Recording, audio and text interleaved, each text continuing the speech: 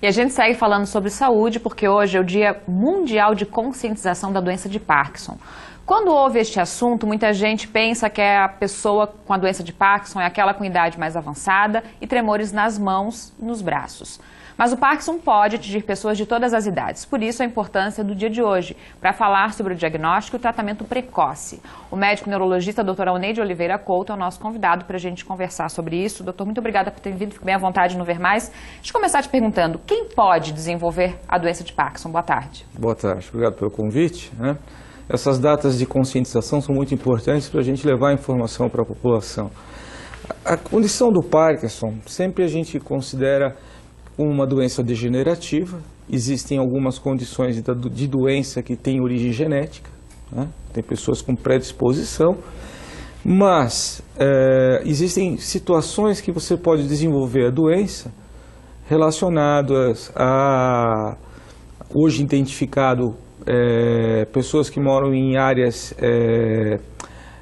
de origem, que tem a produção agrícola, no interior, onde existe uma relação do Parkinson e agrotóxicos, E existem outras causas de doença, por exemplo, existem o parkinsonismo ou Parkinson de origem vascular. São pessoas que têm derrames, microderrames, e acabam desenvolvendo a condição da doença. Entendeu? E formas, às vezes, secundárias da doença, que a gente chama de parkinsonismo medicamentoso, que são alguns medicamentos, e eu sempre falo para a população de modo geral, acima de 70 anos de idade, tome muito cuidado com os tratamentos para labirintite, porque as medicações que se usa para o tratamento da labirintite, ela podem provocar um parkinsonismo secundário ao uso dessas medicações. Os estudos avançaram, então, tem algumas correntes aí, então, indicando o que pode causar. A gente pode dizer isso, doutor? Olha, veja, a evolução do conhecimento é sempre grande, recentemente, o pessoal tem falado e publicado situações, por exemplo, de uma espécie de intolerância à lactose e à condição do Parkinson. Existem hoje, está bastante prevalente, a relação do Parkinson com o intestino, ou com as manifestações gastrointestinais, como constipação intestinal, que pode preceder a doença em anos.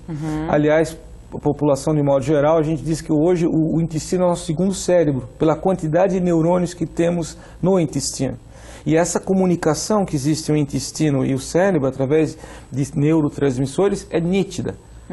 Tanto é que hoje a gente, com essa conduta nova, quando a gente tem um paciente com a doença de Parkinson e você consegue interagir com o intestino do paciente, normalizando a função e o ritmo intestinal, existe o melhor resultado da doença, melhor resposta aos remédios. É muito interessante, né? Porque coisas que há algum tempo não se imaginava. É assim mesmo, doutor? Sim.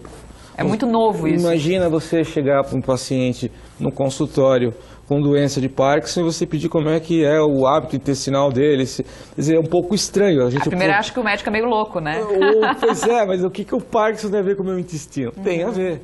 É aquele negócio de que o nosso organismo é um só e tudo tem que estar girando bem, né?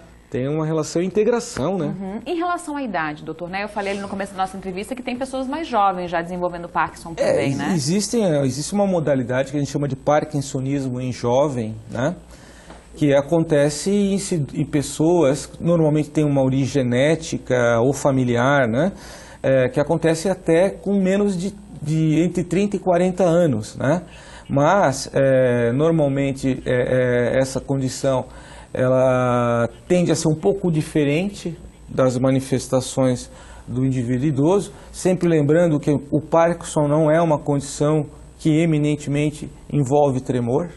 Existem pessoas com a doença que não têm o tremor, que têm manifestações de instabilidade postural, alteração do equilíbrio, a condição de travamento, estar cognitivamente embotada, com diminuição da iniciativa motora, aquela pessoa travadinha ou com expressão facial fechada, são manifestações da doença. Tá certo. Daqui a pouco a gente vai falar um pouquinho mais sobre manifestações, sobre sintomas, tratamentos e até mitos e verdades, se existe realmente prevenção. Doutora Ney continua aqui com a gente, pode ser?